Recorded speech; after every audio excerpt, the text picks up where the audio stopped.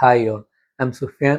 നമ്മൾ സംസാരിക്കാൻ പോകുന്നത് കുറച്ച് സ്പെഷ്യൽ ആയിട്ടുള്ള ഒരു പെർഫ്യൂമിനെ കുറിച്ചാണ്. സ്മെൽ വൈസ് ഒന്നും ഭയങ്കര സ്പെഷ്യൽ ഒന്നുമല്ല, പക്ഷേ പെർഫ്യൂം ഇൻഫ്ലുവൻസേഴ്സ് യൂട്യൂബ് ചാനലുകളാവട്ടെ അല്ലെങ്കിൽ ഇൻസ്റ്റാഗ്രാം പേജുകളാവട്ടെ അതിനൊന്നും ഭയങ്കര പ്രചാരമൊന്നും ഇല്ലാത്ത സമയത്ത് വന്നിട്ട് അതിന് ഒക്കെ നല്ല ഒരു ഇമേജും മൈലേജും ഒക്കെ ഉണ്ടാക്കി കൊടുത്തൊരു പുള്ളിയാണ് ജെറമി ഫ്രാഗ്രൻസ്.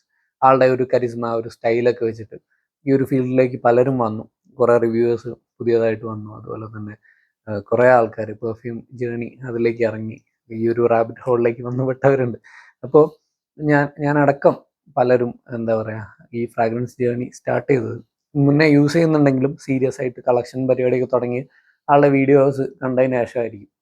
ലോക്ക്ഡൗണിൻ്റെ സമയത്താണ് പുള്ളിയുടെ പല വീഡിയോസും എനിക്ക് സജഷനായിട്ട് വന്നത്.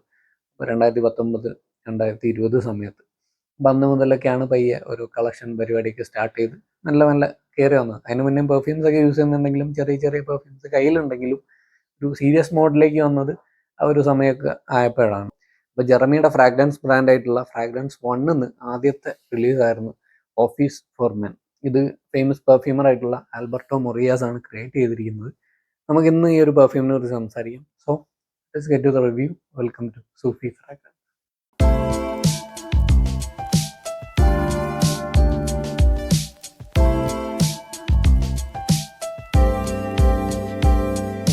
അപ്പോൾ വെൽക്കം ബാക്ക്. ഇനി ഈ ഒരു പെർഫ്യൂമിലേക്ക് വരുമ്പോൾ ജെറമിയുടെ ആസ് എ ഫ്രാഗ്രൻസ് റിവ്യൂവർ പുള്ളിയുടെ ഒരു പതനത്തിൻ്റെ സ്റ്റാർട്ടിങ്ങും കൂടെ ആയിരുന്നു ഈ ഒരു പെർഫ്യൂം ബ്രാൻഡ്. പതനം എന്ന് പറഞ്ഞു കഴിഞ്ഞാൽ പുള്ളിക്ക് ഇപ്പോഴും നല്ല ഫാൻ ഫോളോയിങ് ഉണ്ട്. 2 മില്യൺ അതിൻ്റെ മേലേക്കൊക്കെ ഫോളോവേഴ്സ് കാര്യങ്ങളൊക്കെ ഉണ്ട്. പക്ഷെ എന്നിരുന്നാലും ആ ഒരു പീരീഡിന് ശേഷം പുള്ളി റിവ്യൂസും പരിപാടിയൊക്കെ വിട്ട് എന്തൊക്കെയോ കാണിച്ചു കൂട്ടാണ് ചെയ്യുന്നത് ഓൺലൈനായിട്ട്. പക്ഷെ അത് കണ്ടിരിക്കാൻ ആളുണ്ട്, ചുമ്മാ കമൻറ്റ് ചെയ്ത് വിടാമല്ലോ. അങ്ങനെ അതിനൊക്കെ ആളുണ്ട്. അതുകൊണ്ട് തന്നെ പുള്ളി ചിലപ്പോൾ അറിഞ്ഞുകൊണ്ട് ചെയ്യുന്നതായിരിക്കാം. പിന്നെ ലഹരി ഉപയോഗിച്ച് പിടിവിട്ട് പോയാന്നൊക്കെ പറയുന്നവരുണ്ട്, എന്താണെന്ന് അറിഞ്ഞൂടാ. പക്ഷേ ഈ ഒരു പെർഫ്യൂം പുള്ളിയുടെ ഇഷ്ടമുള്ള പല ഫ്രാഗ്രൻസുകളുടെയും ഒരു സങ്കരമായിട്ടാണ് എനിക്ക് ഫീൽ ചെയ്തത്. വേണമെങ്കിൽ നമുക്ക് 3 പെർഫ്യൂംസ് എന്ന് പറയാം. അവൻഡസ്, ഡിയോർ സവാജ്, പിന്നെ ബ്ലൂ ഡി ഷാനൽ. ഇത് എപ്പോഴും പുള്ളി ഇടയ്ക്ക് കൂടെ എടുത്തു പറയുന്ന പെർഫ്യൂംസാണ്. അപ്പോൾ അതിനെയൊക്കെ എന്താ സട്ടിലായിട്ട് ഇൻസ്പയർഡ് ആയിട്ടുള്ള ഒരു പെർഫ്യൂം ആയിരിക്കും ഇത്. ഭയങ്കര യുണീക്ക് ആണോ എന്ന് ചോദിച്ചാൽ അല്ല. ഞാൻ മേടിച്ച അറൗണ്ട് 50 ml അറൗണ്ട് 6000 രൂപയുടെ റേഞ്ചിലാണ് വന്നത്. ജർമ്മനിയിൽ നിന്നൊരു ഫ്രണ്ട് കൊണ്ടുവന്നതാണ്. അപ്പോൾ ഒരു ബോഗോസ് സെയിൽ എന്നൊക്കെ പറഞ്ഞ ഇടയ്ക്ക് ഭയങ്കര സെയിൽ ഉണ്ടാവാറുണ്ട്. ഇതിൻ്റെ മെയിൻ ഇഷ്യൂവും ഈ ഒരു പ്രൈസിങ് ആയിരുന്നു. കാരണം ഇത് പ്രൈസ്ഡ് ആയിട്ടുള്ളത് $300 മേലേക്കൊക്കെയാണ്. അപ്പോൾ അവിടെ നല്ല അടിപൊളിയായിട്ടുള്ള നീഷ് സെൻറ്റുകൾ ആ ഒരു പ്രൈസ് റേഞ്ചിലാണുള്ളത്. ആ സമയത്ത് ആൾക്കാർ കുറച്ച് ബേസിക് ആയിട്ട് സ്മെൽ ചെയ്യുന്ന ഒരു പെർഫ്യൂം മേടിക്കുമെന്ന് വെച്ചാൽ ഇല്ല. അതാണ് ഇതിന് പറ്റിയ പ്രശ്നം. പുള്ളി ഒരു സ്റ്റാർട്ടിങ്ങിൽ തന്നെ ആ ഒരു ടൈപ്പിലാണ് പ്രൈസ് ഇട്ടത്. അതുപോലെ തന്നെ ഒരു റിവ്യൂവർ ആയിട്ടുള്ള കേളി ഫ്രാഗ്രൻസ്, പുള്ളിക്കാരി ഫെമ്മെ ഫറ്റാൽ എന്ന് പറഞ്ഞൊരു പെർഫ്യൂം എങ്ങാണ്ട് ഇറക്കി. അതിനും സെയിം പ്രൈസിങ് ആയിരുന്നു, വലിയ റിവ്യൂസും കാര്യങ്ങളൊന്നുമില്ല. അപ്പോൾ അതും സംഭവിച്ചത് തന്നെയാണ്. അവർ എന്താ പറയുക, $300 $400 നീഷ എന്നൊക്കെ പറയാം. ഐ മീൻ ഫ്രാഗ്രൻസ് ഹൗസ് ആണ്. പക്ഷേ എന്നിരുന്നാലും അവർ അംബീഷ്യസ് ആവുമ്പോഴും നമ്മുടെ സെൻറ്റ് എത്രത്തോളം ഉണ്ടെന്ന് മനസ്സിലാക്കിയിട്ട് വേണമല്ലോ പ്രൈസ് ഇടാൻ. സെർജോഫ് ഒരു പെർഫ്യൂം ഇറക്കുമ്പോൾ അവർക്കറിയാം അവരുടെ മാർക്കറ്റ് എങ്ങനെയാണ്, എത്ര പ്രൈസ് ഇടുന്നത്. പക്ഷെ ആദ്യമായിട്ട് വരുന്ന ഒരാൾ ഇതിൻ്റെ പാക്കേജിങ് ഒക്കെ കണ്ടാൽ ഭയങ്കര അബദ്ധമാണ്. ചുമ്മാ ഒരു എന്താ പറയുക, 5 രൂപയുടെ ഒരു ഇത് ആറ്റമൈസർ സാധനം എടുത്തിട്ട് ചുമ്മാ ഇതിൽ വെച്ചിട്ടൊന്ന് സെറ്റാക്കി വെച്ചെന്നേ പറയാൻ പറ്റും. വളരെ മോശമാണ്. പെട്ടിയൊക്കെ കണ്ട ടെസ്റ്റർ ബോക്സ് ഒക്കെ വരും പോലെയാണ് പെട്ടികൾ. ശോകം. പക്ഷെ ആറ്റമൈസർ കൊള്ളാം, അല്ലാണ്ട് വലിയ മെച്ചമൊന്നുമില്ല. ക്യാപ്പൊക്കെ എന്ന് പറഞ്ഞാൽ അത്രയും ചീപ്പ്. അപ്പോൾ ഈ പൈസയ്ക്ക് സത്യം ഉള്ളിലുള്ള ജ്യൂസ്, ഐ മീൻ പെർഫ്യൂം നല്ലതാണെങ്കിൽ കൂടെ ഈ പാക്കേജിങ് വളരെ മോശമായിരുന്നു. അത് നമുക്ക് എടുത്ത് തന്നെ പറയാൻ പറ്റും. അപ്പോൾ സംഗതി ഇത്രയാണ്, വളരെ ചീപ്പായിട്ടുള്ള സംഭവം. അപ്പോൾ സ്പ്രേ ചെയ്ത ഉടനെ, സ്മെല്ലിലേക്ക് വരുമ്പോൾ സ്പ്രേ ചെയ്ത ഉടനെ ചിലപ്പോൾ നിങ്ങളെ എയറിൽ പലർക്കും ഒരു പൈനാപ്പിൾ പോലെയുള്ള സ്മെല്ലായിട്ട് തോന്നാം. സിട്രസുകളായിരിക്കാം, അതിൻ്റെ ഒരു കോമ്പിനേഷൻ വരുമ്പോഴായിരിക്കും അങ്ങനെ ഒരു സ്മെല്ലായിട്ട് ഫീൽ ചെയ്യുന്നത്. അപ്പോൾ അതുകൊണ്ടാണ് പലരും, നിങ്ങൾ ഫ്രാഗ്രാനിക്കയിൽ നോക്കിയാൽ ഇതിന് അവൻഡസ് പോലെയുള്ള സ്മെല്ലുണ്ടെന്ന് പറയുന്നുണ്ട്. ആ ഒരു സാധനം. പിന്നെ ബേസിലേക്കുള്ള ഈ പച്ചുലി, മസ്ക്, അങ്ങനത്തെ സാധനമായിരിക്കാം ചിലപ്പോൾ ആ ആൾക്കാർക്ക് ആ ഒരു സിമിലാരിറ്റി ഫീൽ ചെയ്യാൻ കാരണം.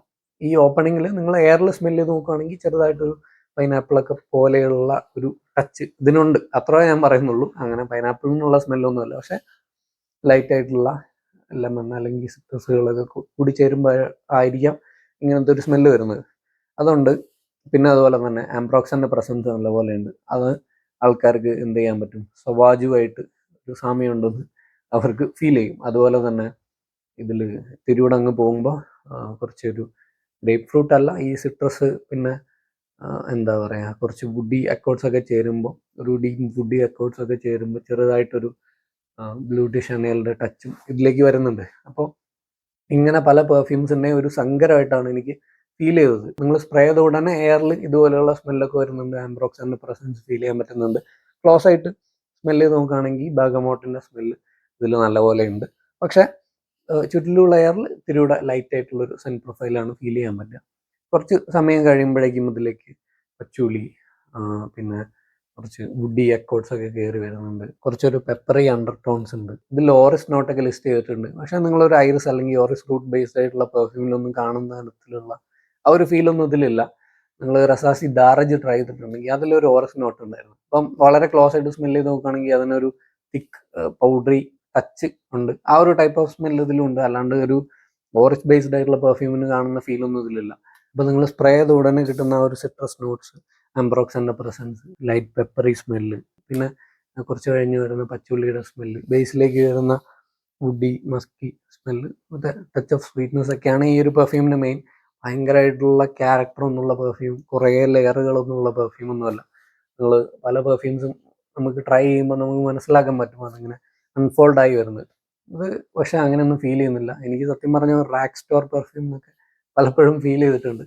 ഈവൻ സവാജ് അല്ലെങ്കിൽ അങ്ങനെ ഓരോ single perfume, blue D Chanel, അതൊക്കെ ഇതിനേക്കാളും ഒന്നുകൂടെ ബെറ്റർ ആണെന്നാണ് എൻ്റെ ഒരു ഫീൽ. പെർഫോമൻസിൻ്റെ കാര്യമാണെങ്കിലും പേര് പോലെ തന്നെ ഒരു ഓഫീസ് സേഫ് പെർഫ്യൂമാണ്.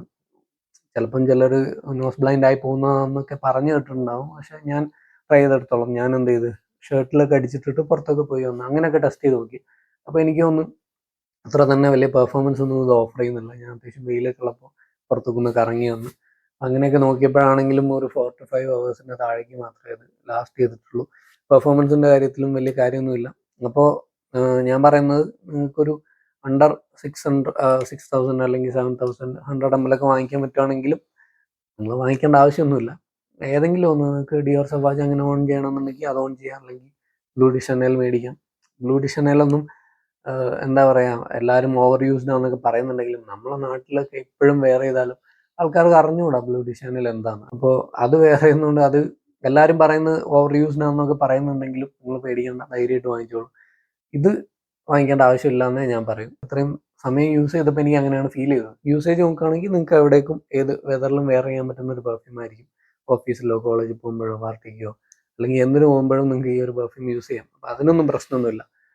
പിന്നെ ഈ ഒരു പ്രൈസിന് വർത്തിയാണെന്ന് വെച്ചാൽ അല്ലാന്ന് ഞാൻ പറയും. ഈ ഒരു സമയത്ത് നിങ്ങൾക്ക് എന്ത് ചെയ്യാം, മോംബ്ലാങ് എക്സ്പ്ലോറോ അല്ലെങ്കിൽ അർമാസിൻ്റെ ക്ലബ് ദി ന്യൂ ഐക്കോണിക്കോ മേടിക്കാം ഈ ഒരു സമ്മർ ടൈമിലേക്ക്. അഫ്നാൻ്റെ തുറാത്തി ബ്ലൂ, അത് ഒരു ഡിഫറെൻ്റ് ആയിട്ടുള്ള സിട്രസ് പെർഫ്യൂമാണ്. അല്ലെങ്കിൽ ഇമാജിനേഷൻ്റെ ക്ലോണുകൾ ഇഷ്ടം പോലെ ഉണ്ട്, അതൊക്കെ മേടിക്കാം. ആ ഒരു സമയത്ത് ഇത് വാങ്ങിക്കേണ്ടെന്ന് ഞാൻ പറയും. അല്ലെങ്കിൽ ഈവൻ ഡിയോർ സവാജ് നിങ്ങൾക്ക് പ്രൈസ് വലിയ കുഴപ്പമില്ലാതെ കിട്ടുകയാണെങ്കിൽ നിങ്ങൾ അത് എടുത്തോളൂ, അതിനും കുഴപ്പമൊന്നുമില്ല. എൻ്റെ പേഴ്സണൽ ഒപ്പീനിയനാണ്. അപ്പോൾ അങ്ങനെയൊക്കെയാണ് ഓഫീസ് ഫോർ മെൻ്റെ വിശേഷങ്ങൾ. നിങ്ങൾ ആരെങ്കിലുമൊക്കെ ട്രൈ ചെയ്ത് നോക്കിയിട്ടുണ്ടെങ്കിൽ നിങ്ങളുടെ എക്സ്പീരിയൻസ് എന്തായാലും ഷെയർ ചെയ്യാം.